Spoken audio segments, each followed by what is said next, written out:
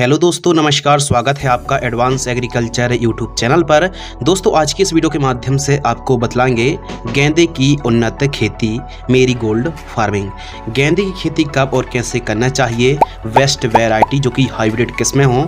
इसके अलावा दोस्तों बात करेंगे कितनी दूरी पर पौधरोपण करना चाहिए और व्यवस्थित तरीके से कैसे आप गेंदे की, मेरीगोल्ड फार्मिंग की एडवांस खेती, वैज्ञानिक खेती कैसे कर सकते हैं। तो इस वीडियो के माध्यम से कैसे आप नर्सरी तैयार कर सकते हैं, पौधे को कैसे ग्रो कर सकते हैं, स्प्रे, खाद और उर्वरक की मात्रा, इरिगेशन, फर्टिगेशन के साथ साथ खरपतवार की रोकथाम, उत्पादन, लागत, मुनाफा और नेट प्रॉफिट के साथ साथ लाइफ साइकिल। तो इस वीडियो के माध्यम से A to Z संपूर्ण जानकारी डिटेल में शेयर करेंगे, तो वीडियो पर बने रहिए। चलिए शुरू करते हैं। सबसे पहले बात करते हैं टाइमिंग। हर एक फसल के लिए टाइमिंग बहुत ज़्यादा ज़रूरी है। तो गेंदे की खेती में से तो आप 12 महीने कर सकते हैं, लेकिन इसके लिए जो एक्यूरेट और सही टाइम है, क्योंकि आप 12 महीने लगा सकते हैं लेकिन जो मार्केटिंग रेट है वो अच्छे नहीं मिलेंगे। तो इसलिए आपको हम जो टाइमिंग बतला रहे हैं, इस टाइमिंग को आप फॉलो कर सकते हैं। बरसात के लिए जुलाई से अगस्त महीने पर आप लगाते हैं तो बेहतरीन बढ़वार देखने के लिए मिलेगी। गर्मियों के लिए आप दिसंबर से जनवरी के मध्य दोस्तों पौधरोपण कर सकते हैं। इन महीने पर पौधरोपण करते हैं और जब हार्वेस्टिंग के लिए फ्लावर तैयार होते हैं तो बाजार भाव, मार्केटिंग रेट काफ़ी अच्छे देखने के लिए मिलते हैं अन्य मंथ की तुलना पर। भूमि और खेत की तैयारी के ऊपर दोस्तों बात करते हैं तो गेंदे की खेती सभी प्रकार की भूमि पर आप खेती कर सकते हैं, लेकिन अच्छा उत्पादन के लिए काली दोमट है, चिकनी दोमट, पीली भूमि और रेतीली दोमट भूमि काफ़ी उपयुक्त मानी जाती है।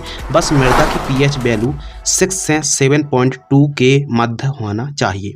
अब 7.5-8 से अधिक मृदा की pH वैल्यू है तो जब आप फार्म प्रिपरेशन करा रहे हो उस समय 50 किलोग्राम जिप्सम का आपको प्रयोग करना चाहिए।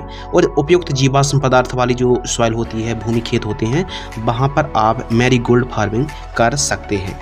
इसके अलावा खेत की तैयारी नॉर्मल तरीके से 1 से 2 बार, जैसे तोता हल से प्लोविंग ठीक तरीके से जुताई करा लीजिए, प्लोविंग करा लीजिए। डिस्क हैरो या फिर हैरो की मदद से दोस्तों मिट्टी को ठीक तरीके से भुरभुरी करा लेना चाहिए। मिट्टी भुरभुरी होना बहुत ज़्यादा ज़रूरी है। इससे जब पौधरोपण आप करते हैं तो पौधों का काफ़ी अच्छा विकास होता है।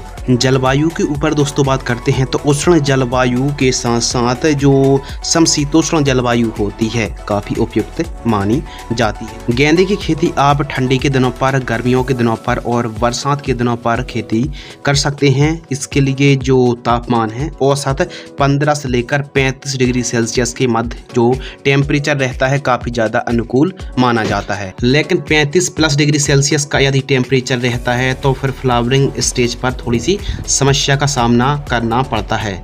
उन्नतशील किस्मों के ऊपर दोस्तों बात करते हैं तो जो वेस्ट वैरायटी हैं, जो हाइब्रिड वैरायटी है, इंडस सीड्स की जो टेनिस बॉल के नाम से आती है, इसके फ्लावर का रंग येलो होता है।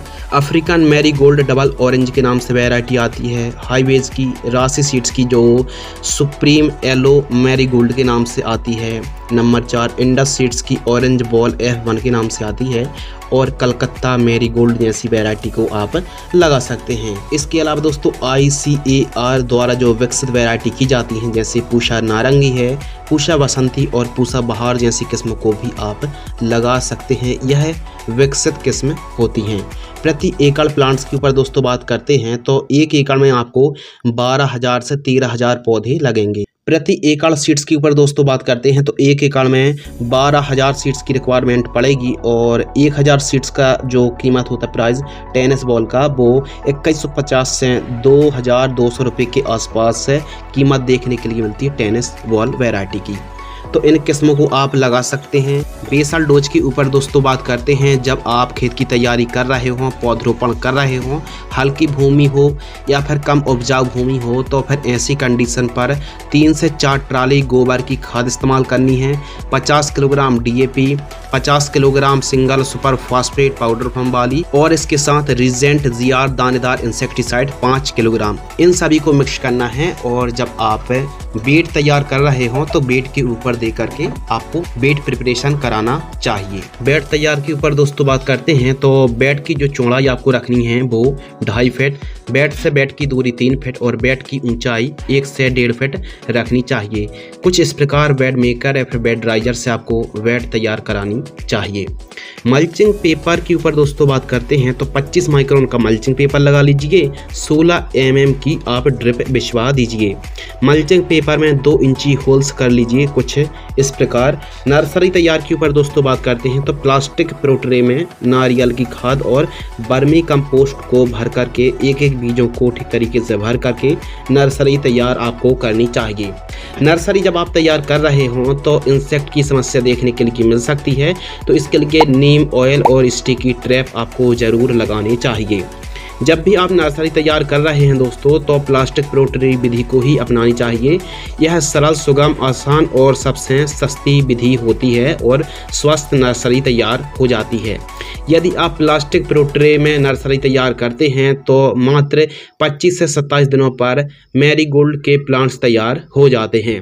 इस प्रकार आपको तैयारी कराना चाहिए। ग्रीन नेट खींच लीजिए और सुबह शाम आवश्यकता अनुसार आपको सिंचाई करनी चाहिए। प्लांट डिस्टेंस के ऊपर दोस्तों बात करते हैं तो लाइन से लाइन की दूरी 3 से 4 फीट रखनी चाहिए। पौधे से पौधे की दूरी 1 से 1.5 फीट रखनी चाहिए और 3 इंची गहराई पर आपको पौधरोपण करना चाहिए। प्लांटेशन के ऊपर दोस्तों बात करते हैं तो सर्वप्रथम सिंचाई आपको करना है और एक पौधे की पौधरोपण आपको करने चाहिए। और जब आप प्लांटेशन कर रहे हो तो शाम टाइम पौधरोपण करना चाहिए। पौधा एकदम सीधा होना चाहिए और उसके बाद ड्रिंचिंग करना बहुत ज़्यादा ज़रूरी है। फर्स्ट ड्रिंचिंग 200 लीटर पानी में आपको लगभग 2 से 3 दिन के आसपास की फसल होती है ट्रांसप्लांट से। तो NPK 19-19-19 1 kilogram, micro nutrient fertilisers 500 gram 200 litre पानी में घोल करके प्रति पौधा 50 से 100 ml की दर से आपको ड्रिंचिंग करना चाहिए। सेकेंड ड्रिंचिंग 5 से 6 दिन के आसपास की फसल होती है। कॉपर ऑक्सी क्लोराइड 50%, WP 500 ग्राम, NPK 12/0 1 किलोग्राम 200 लीटर पानी में घोल करके ड्रिंचिंग करनी चाहिए।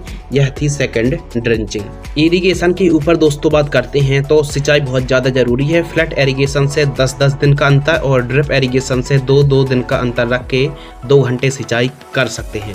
खरपतवार नियंत्रण के ऊपर दोस्तों बात करते हैं तो वीड कंट्रोल करना बहुत ज़्यादा ज़रूरी होता है, तो इसके लिए निराई गुड़ाई सबसे बेस्ट है। फर्स्ट निराई गुड़ाई 45 दिन के आसपास की फसल होती है और सेकंड निराई गुड़ाई 65 से 70 दिन के आसपास की फसल होती है, तो सेकंड निराई गुड़ाई करनी चाहिए। इसके अलावा स्प्रे शेड्यूल के ऊपर दोस्तों बात करते हैं तो गेंदे की फसल पर कौन कौन सी बीमारी आती हैं, इनका इलाज, उपाय, रोकथाम के बारे में समझते हैं। तो सबसे पहले समझते हैं कीट प्रबंधन, कौन कौन से कीट आते हैं, इनका उपाय और रोकथाम के बारे में भी समझेंगे।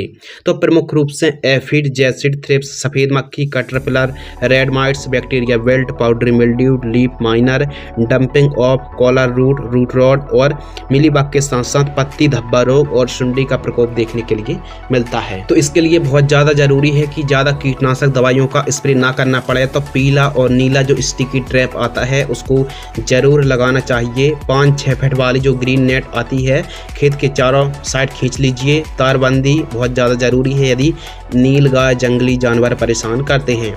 इसके अलावा कटिंग करना भी बहुत ज़्यादा ज़रूरी है। फर्स्ट कटिंग 35 से 40 दिन के आसपास की फसल होती है, तो एक कटिंग यानी शीर्ष नोचन करने से ज़्यादा फुटाव आते हैं। अब कुछ किसान भाई टॉप कटिंग नहीं करते हैं, यानी शीर्ष जो नोचन है उसको नहीं अपनाते हैं, वो डायरेक्ट PGR यानी प्लांट ग्रोथ रेगुलेटर का भी स्प्रे कर देते हैं, यानी पौधे की हाइट कंट्रोल हो जाती है और ज़्यादा फुटाव आते हैं, हाइट उतनी ज़्यादा नहीं बढ़ पाती है। तो आप चाहें तो कटिंग भी कर सकते हैं, जो टॉप शीर्ष हैं उनको कट कर सकते हैं, इससे ज़्यादा फुटाव आते हैं। जैसे आप चने की कटिंग करते हैं उस हिसाब से आप गेंदे की भी कटिंग कर सकते हैं। इसके अलावा दोस्तों बात करते हैं बीमारी और रोकथाम के ऊपर, जो कि आप फोटो पर देख रहे हैं। इस हिसाब से कंट्रोल आप कर सकते हैं। जो डोज बतलाएंगे 15 लीटर की दर से बतलाएंगे। तो रेड माइट्स का प्रकोप देखने के लिए मिलता है, तो दोनों में कोई एक दवाई को आप स्प्रे कर सकते हैं। पाउडरी मिल्ड्यू के लिए इन दोनों कॉम्बिनेशन में कोई एक कॉम्बिनेशन। एफिड, जैसिड, थ्रिप्स का प्रकोप है दोस्तों, तो ऐसी कंडीशन पर इमीडाक्लोप्रिड 70.8% या फिर UPL की लांसर गोल्ड, दोनों में से कोई एक 15 लीटर की दर से मिक्स करके स्प्रे कर दीजिए। कटर पिलर या फिर सुंडी का प्रकोप हमारी फसल पर होता है तो एम्पिलिगो सिजेंटा कंपनी की 10 ml या फिर अदामा की फ्लेथोरा 30 ml दोनों में से कोई एक का स्प्रे कर सकते हैं। रूट रॉट की समस्या है, आद्र गलन की समस्या यानी एंथ्रेक्नोज, पत्ती धब्बा रोग यानी लीफ स्पॉट की समस्या है तो इन फंगीसाइड में से कोई एक फंगीसाइड का भी आप स्प्रे करेंगे तो कंट्रोल हो जाएगा। बढ़वार, कभी कभी आपने देखा होगा कि पौधे की बढ़वार ठीक तरीके से नहीं होती है तो कृषि रसायन की पोषक सुपर आप 30 ml 15 लीटर की दर से स्प्रे कर सकते हैं।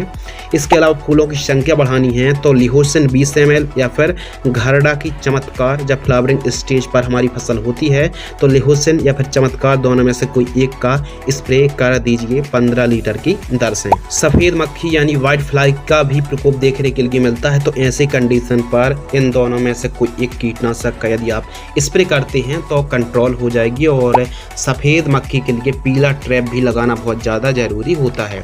इसके अलावा दोस्तों बात करते हैं बिल्ट, तो बिल्ट के लिए ट्राइकोडर्मा 500 ग्राम, गन्ने का गुड़ 3 किलोग्राम 200 लीटर पानी घोल करके ड्रेंचिंग करना चाहिए। प्रिवेंटिव में बायर कंपनी की एलेट आती है या फिर रोको फंगीसाइड आती है। एलेट या फिर रोको फंगीसाइड दोनों में से कोई एक 500 ग्राम 200 लीटर पानी घोल करके भी आप ड्रेंचिंग कर सकते हैं। फर्टिगेशन शेड्यूल के ऊपर दोस्तों बात करते हैं। खाद का शेड्यूल तो बहुत ज़्यादा जरूरी है। यदि आप पोषक तत्वों की पूर्ति करेंगे, न्यूट्रिएंट की डिफिशियंसी होती है तो उत्पादन घट जाएगा, इसलिए पोषक तत्व युक्त खाद जरूर प्रयोग करें। पैदावार बढ़ाना है, वनस्पतिक बढ़वार होना बहुत ज़्यादा जरूरी है, जड़ों का विकास होना भी बहुत ज़्यादा जरूरी है। तो पीलापन की समस्या आती है, फूल कम आते हैं और बढ़वार भी एक समस्या है। तो इसके लिए आपको कुछ काम करना बहुत ज़्यादा ज़रूरी है। फर्टिगेशन शेड्यूल में जो फर्स्ट खाद है, यदि आप साधारण तरीके से खेती करते हैं तो 25 से 30 दिन के आसपास की फसल होती है तो माइक्रो न्यूट्रिएंट फर्टिलाइजर्स किसी अच्छी कंपनी का 5 किलोग्राम, जिंक सल्फेट 33% वाली आती है 5 किलोग्राम और इसके साथ यूरिया और उर्वरक खाद 30 किलोग्राम, इन तीनों को ठीक तरीके से मिक्स करना है और जड़ों के पास, जड़ों से 3 से 4 इंच दूर जड़ों के पास देकर सिंचाई करना चाहिए। सेकंड खाद 45 से 50 दिन के आसपास की फसल होती है तो ammonium sulphate 15 kilogram, humic acid 10 kilogram जो दानेदार ग्रेन्यूल्स फॉर्म वाला आता है, ह्यूमिक एसिड 10 किलोग्राम ले लीजिए, बोरॉन 500 ग्राम भी 20% वाली, इन तीनों को ठीक तरीके से मिक्स कर लेना है और जड़ों के पास देकर सिंचाई करना चाहिए। थर्ड खाद के ऊपर दोस्तों बात करते हैं तो 70 से 80 दिन के आसपास की फसल होती है, सागरिका दानेदार 10 किलोग्राम। अब यह जो सागरिका दानेदार है यह सीवीड एक्सट्रैक्ट है 10 किलोग्राम पर्याप्त है। यूरिया खाद 40 किलो, इन दोनों को मिक्स करें और जड़ों के पास देकर सिंचाई करना चाहिए। पहले निराई गुड़ाई करें, जड़ों के पास खाद दें और फिर सिंचाई करें, बेहतरीन लाभ देखने के लिए मिलेगा। अब जो किसान भाई ड्रिप से खेती कर रहे हैं तो वे वाटर सेल्युबल फर्टिलाइजर्स को आप छोड़ सकते हैं, जैसे एनपीके घुलनशील खाद 19-19-19 है, 12-61-0, 17-44-0, 0-52-34 है, 00-50, 13-0-45 है। इन खादों को आवश्यकता अनुसार 4-4 दिनों के अंतराल पर लगभग 2 किलोग्राम से लेकर 4 किलोग्राम के मध्य आपको छोड़ना चाहिए। जिस हिसाब से पोषक तत्वों की कमी रहती है उस हिसाब से आप वाटर सेल्युबल फर्टिलाइजर छोड़िए और बीच बीच में माइक्रो न्यूट्रिएंट है, ह्यूमिक एसिड है, अमोनियम सल्फेट है, मैग्नीशियम सल्फेट है, इनका भी प्रयोग करना चाहिए। और ह्यूमिक एसिड से जड़ों का काफ़ी अच्छा विकास होता है। ऑर्गेनिक के लिए वर्मी कंपोस्ट है, गोबर की खाद का इस्तेमाल करिए, जीव अमृत का इस्तेमाल करिए और जो ऑर्गेनिक कंपोनेंट्स युक्त जो खादें हैं जैसे मुर्गी की खाद है, इनका प्रयोग जरूर करना चाहिए। तो ऑर्गेनिक तरीके से भी आप गेंदे की खेती कर सकते हैं। अब फर्स्ट हार्वेस्टिंग के ऊपर दोस्तों बात करते हैं तो देखिए जो पहली तोड़ाई है वो जैसे ही पौधरोपण आप करते हैं तो 55 से 60 दिन के आसपास की क्रॉप होती है तो फूल जो फ्लावर है हार्वेस्टिंग के लिए फसल तैयार हो जाती है। लाइफ साइकिल के ऊपर अगर बात करें तो 100 से 120 दिन यानी 4 महीने के आसपास का समय कम से कम मान लीजिए। लागत के ऊपर दोस्तों बात करते हैं तो 1 एकड़ में 40 से 50 हज़ार रुपये के आसपास लागत लगेगी यदि आप वैज्ञानिक तरीके से खेती करते हैं तो। उत्पादन के ऊपर दोस्तों बात करते हैं तो 10 से 12 टन के आसपास 1 एकड़ में पैदावार निकलती है, इससे भी ज़्यादा उत्पादन हो सकता है।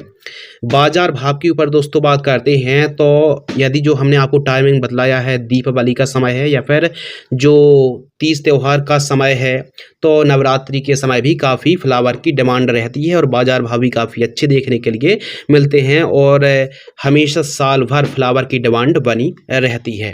तो 15 रुपये से लेके 60 रुपये केजी का रेट देखने के लिए मिलता है, लेकिन जब सीज़न आता है तो कीमतें थोड़ी सी घट जाती हैं। तो इसलिए हमारे किसान भाइयों को 30 रुपये से लेके 60 रुपये 70 रुपये केजी तक का रेट देखने के लिए मिल जाता है।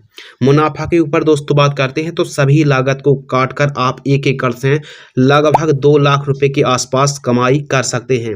अब जो आमदनी है, जो नेट प्रॉफिट है, यदि बाजार भाव अच्छे मिलते हैं, उत्पादन और भी बढ़ता है तो फिर जो आमदनी है वो और भी बढ़ने वाली है। तो कैसे आप गेंदे की खेती कर सकते हैं, आज की इस वीडियो के माध्यम से कौन सी बीमारी आती हैं, उनका इलाज उपाय के बारे में डिटेल से समझाया बतलाया। यदि आपको यह वीडियो पसंद आती है तो वीडियो को लाइक करें। कोई डाउट्स है मन में तो कमेंट सेक्शन खाली है, कमेंट्स कर सकते हैं। वीडियो को आपने पूरा अंत तक वॉच किया, वीडियो को अंत तक देखने के लिए दिल से शुक्रिया। जय हिंद, वंदे मातरम।